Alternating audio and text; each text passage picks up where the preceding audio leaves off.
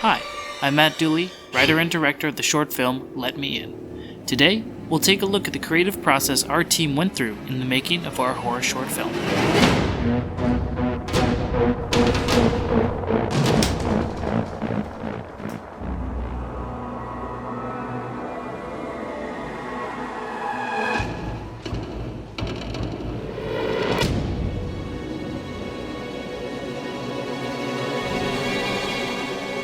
Let Me In was written with the intent of shooting on a limited budget and scale, with two main actors in one location, while still retaining an interesting world, characters, and atmosphere. Even with its minimal approach, getting the look and feel of the short was crucial to translating it to screen to make it feel lived in and believable. The vision from the page was to create a short that was authentic to a post-apocalyptic world the characters were in. Early inspirational artwork from games like The Last of Us helped direct the color palette and feel we were going for, a world that had endured years of slow decay. Though the reality of the outside world isn't shown in the film, it's a beneficial process to fully think and flesh out the type of world your short film takes place in.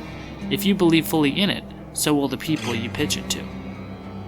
Key contributors like DP Sean, lead gaffer Daniel, and sound lead Jason assisted in building our shot list and storyboarding.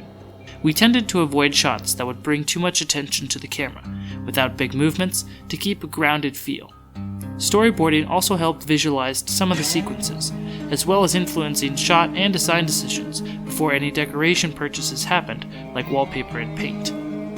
The additional element that was crucial was the estimations for shooting setups and takedowns during the day, which would prove invaluable when we were shooting the short in one single 14-hour day. With our script and shot list figured out, we had several months to get the physical set ready and manage the logistical decisions at the location. I was fortunate to have some very generous friends who were willing to lend their living room to the production. This period allowed us to physically walk through the space and figure out shots well before the actual day, which was crucial for saving time and managing room. The shots we laid out translated into the final frames, and made explaining our shooting plan on the day easier. Be still sitting down. We're gonna have the camera angle coming here, showing the package. Over several weeks, working from the design decisions we had planned, our outstanding crew from our PAs to actors volunteered their time and energy in radically altering the space to create a worn-down post-apocalyptic environment, applying fake wallpaper, spiderwebs, paint, and additional set dressings, both sourced from online websites like Amazon and thrift shops. This was the most time-consuming aspect of pre-production, but was essential to create a believable environment. Production designers Lillian and Riley were extremely resourceful, finding solutions to design challenges on the evolving set. We tried to thrift as many items as possible, or use ones we had, like a large collection of dead plants in the backyard. Crew member Ryan even sourced a deer head to mount on the fireplace, and we were all assisted by our PAs Daniel and Brian. All these small details transformed the space and gave us the visual language and texture for our world. Early access to the house also meant we could store our gear in advance in the backyard while design finished, and figure out logistically how we were going to move our equipment around on the day. Sean and Daniel have more insight into our decisions regarding the types of camera and lighting equipment that we used. The camera we used was a Canon C70 with a speed booster, so it gave it a wider full-frame equivalent field of view. So that combination brings you closer to the character. I think immerses you deeper into the world and also allows you to see more of the environment. So that was important, I think, for that aspect. And as far as lenses, we used a set of vintage Leica Rs from the early 1980s. They just have a very beautiful look in general, but also I think provided a sort of grittiness and imperfection to the image, while also still giving for just pleasing colors and really beautiful skin tones at the same time. So unique lens in that it has the versatility of being on a grittier look or also a very modern look if you're trying to achieve that. I think we really wanted to create a very immersive environment through the production design. I think I just really wanted to showcase the hard work we put into making this modern white wall house and transforming it into a old sort of worn in place for these two. So I think I wanted to live on the wider end of the focal lengths because I wanted to sort of be more immersive and closer to the characters, but also be able to see more of the environment because we were working in such a small space, and we would be inside the small space for the entirety of the short. So I did want to make it feel bigger than it probably was in real life. On set, our crew, with Gerson focus pulling, along with assistant gaffer Yuki, gave us seamless operation during filming and setups. AD Mandy helped keep us on track and was a great resource to bounce ideas off of between shots and setups for what we really needed to capture. Even on the day of, shots changed and we got a few inserts that weren't originally planned for. On our PA team, Tina helped keep our crew organized and managed our catering, and Taylor helped capture behind-the-scenes footage and was an integral part of our set design early on. We were also able to leverage our makeup artist Grayson in dual roles, having her attend to the actors for the dirt and distressing effects, and also to coordinate some of the fight scenes outside. We also planned for a costume change and 3 different levels of dirt distress on our lead actress that had to be matched for continuity over the course of the day and night portions of the 14-hour shoot. I've got some fake blood. It's made of chocolate, sugar, and food coloring. So it's technically edible. It is completely edible, and it smells delicious.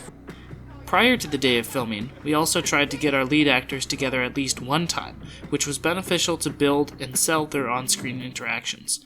We talked a bit about their characters, their relationship, which was left unspecified on purpose, as sometimes storytelling with the audience filling in gaps of knowledge can be more effective.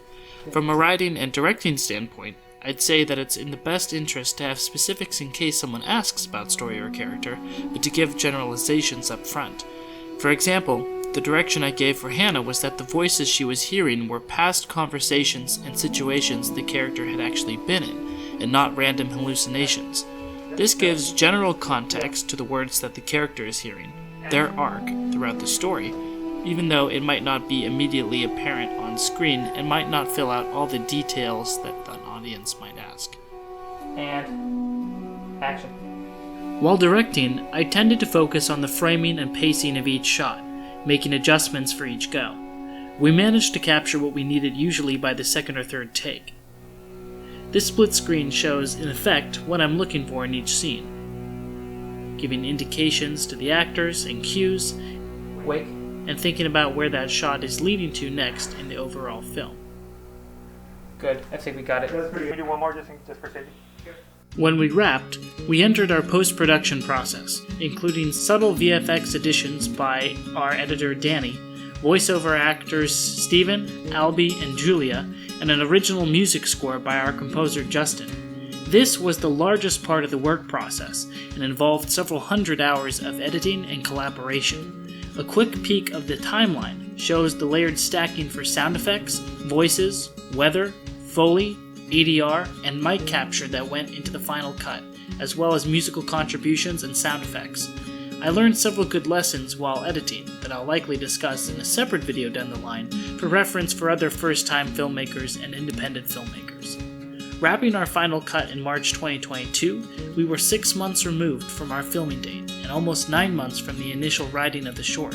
After wrapping, we began our festival submission process, and as of the release date in April of 2022, I'm happy to say we've already won several awards for online festival competitions, including the Best Shorts Competition, Independent Shorts Awards, Los Angeles Film Awards, and the Indie Film Awards. I want to thank our team again and congratulate them on their success, as we look forward to more festival results throughout the year. Thank you for checking out our production and filmmaking process for our short film, Let Me In. We hope you enjoy our short and support it going forward. This has been Duly Noted.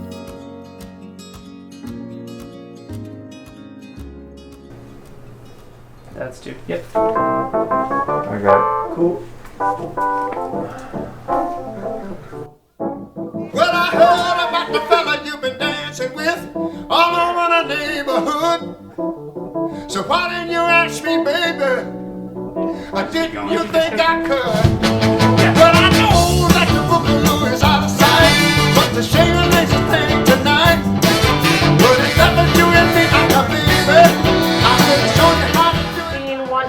one. Okay, so maybe we can have, yeah, like up like that. So you can raise it up when I call action, and it can be trembling. So you just like shaking, like that. Maybe even more. It doesn't look like much. Yeah, so maybe even more. Yeah. Boom. That was so good. I f***ed it up. I f***ed it up. Okay, That was so yeah, perfect. One more time. My bad, guys. That was good. Yeah. That was very The timing was perfect, Gerson. There we go. And then, Hannah, you can take one bite if you want of cold, mushy, overcooked soup. If you want, we can get you a new can of soup that's not as cold and mushy. adds to the sensation. But yeah, this has been out the whole day. Do not eat this.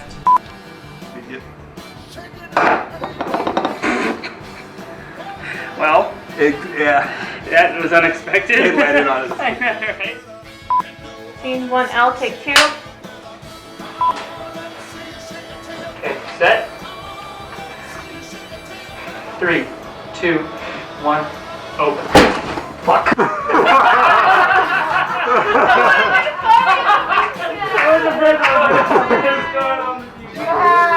One job. You get no IMDb. To be fair, he's had many jobs, so. Yeah. Okay. I think that's good, yeah. Yeah, I mean, you didn't see it, but.